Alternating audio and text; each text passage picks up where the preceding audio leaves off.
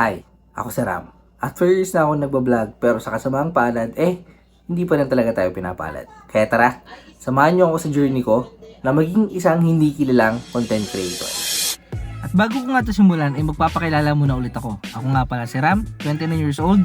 Ito nga pala si Mami, si Thea, at pati na rin si Aki, na which is ang pamilya ko. At dito nga kami nakatira sa isang maliit na barangay na which is located dito sa Maribeles, Bataan. As a father nga pala na nawalan ng trabaho dahil ako ay nagtatrabaho sa Central 1 na which is kailan lamang ay na-raid noong October 31 ng PAOK at sa ADG dahil napagkamalang kaming pogo, ay dito nga pala nagsisimula ang araw ko.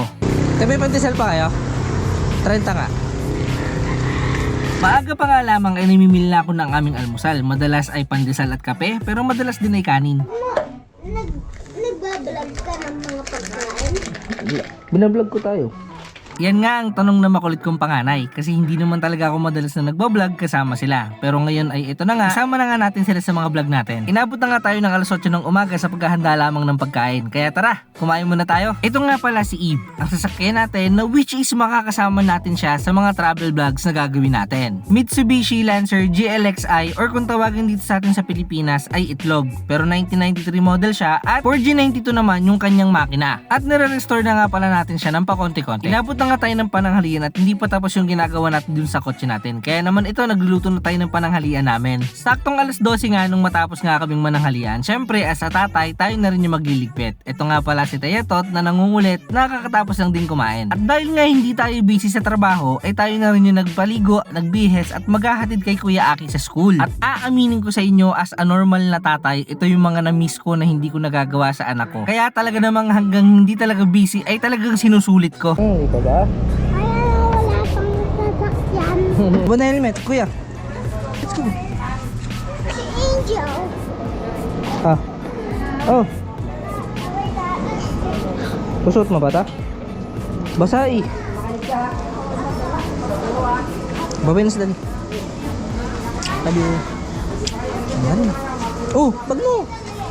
Bye-bye. Sige na. Saktong 12:50 PM nga ng hapon nung maiatid natin si Kuya Aki sa school, kaya tayo naman ay babalik na sa bahay para naman maituloy na yung ginagawa nating pagre-repaint sa ating sasakyan.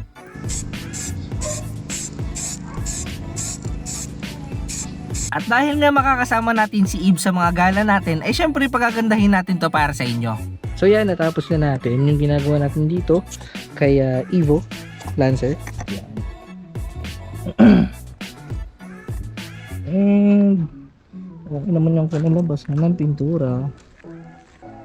Yan yung kanyang hood. And yan. Okay naman, kahit pa paano medyo naging presentable naman yung kanyang itsura. Okay, so ngayon naman po ay pupuntahan na natin si Kuya Aki dahil uwian na nila. Okay, let's go. 3:50 nga ng hapon ay saktong dumating na tayo dito sa school nila Kuya Aki dahil nga saktong alas 4 ay labasan na nila. Dito nga pala sa school nila Kuya Aki ay hindi mo basta-basta masusundo ang iyong anak kapag hindi mo dala-dala ang ID na katunayan na ikaw ang manunundo. Ano dali? Gusto ko sa playground. Mag-playground ka? Kuya? Saan? Dali, sige, dito lang ako. Sige, titignan ka ni daddy. As a batang 90s na naging tatay na ngayon, lahat ng hindi ko naranasan nung kabataan ako ay gusto kong iparanas sa anak ko. Hindi man ako maging perfectong tatay, ay pipilitin kong maging isang better na ama para sa mga anak ko. Kaya naman kahit papano, pinipilit kong ibigay lahat para sa mga anak ko. Dali na. Nag-enjoy ka muna? O, tara, let's go. Tayo sa kantin. O, sige. Tara, nabibili tayo milk tea. 4:30 na nga ng hapon nung matapos maglaro si Kuya Aki sa playground ng school nila. Kaya naman kung mapapansin nyo, pagod at tulala na siya.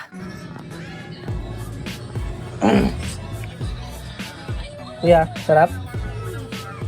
Pagkatapos nga ng merienda time ay simula na para kalabanin ang lahat ng nag-accumulate na mga hugasin sa buong maghapon. Siyempre pagkatapos maghugas ay ligpitan time na. Pagkatapos nga namin magligpit ay lumabas kami ni Mrs. para naman mamili ng lulutuing ulam para naman sa dinner namin. Dahil nga kinulang yung sangkap ng mga bibili namin dito dahil gabi na rin ay napagpasyahan namin na pupunta na rin sa Alphamart para dito na rin mamili ng ilang sangkap. Ha? Isang pirasong isda doon kaya. Diba may isang pirasong isda ka na kaya?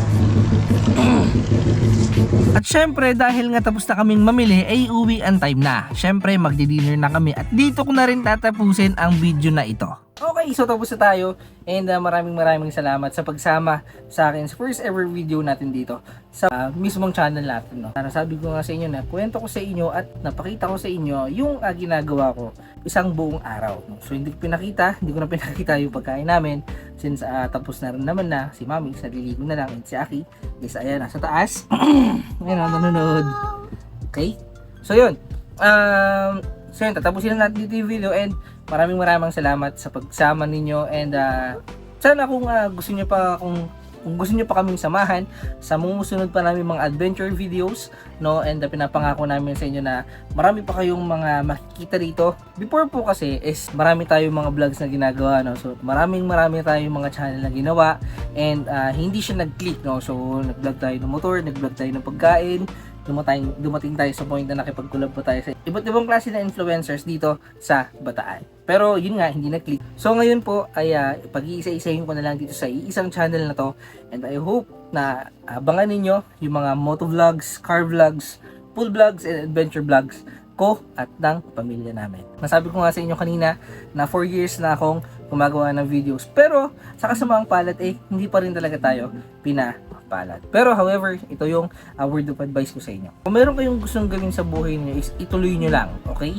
So kung meron man kayong mga naririnig na negative is pabayaan nyo lang. As long as na masaya kayo doon sa ginagawa ninyo is pagporsigihan ninyo at wag nyong tigilan hanggang sa maubot ninyo. Okay, so hindi naman hadlang yung edad at hindi din hadlang kung gaano katagal yun ang ginagawa yung isang bagay, pero hindi pa rin nagkaroon ng magandang outcome. So tandaan nyo lang po, lahat ng bagay, it takes time and lahat po ng bagay ay nangyayari lamang sa tamang panahon at tamang oras.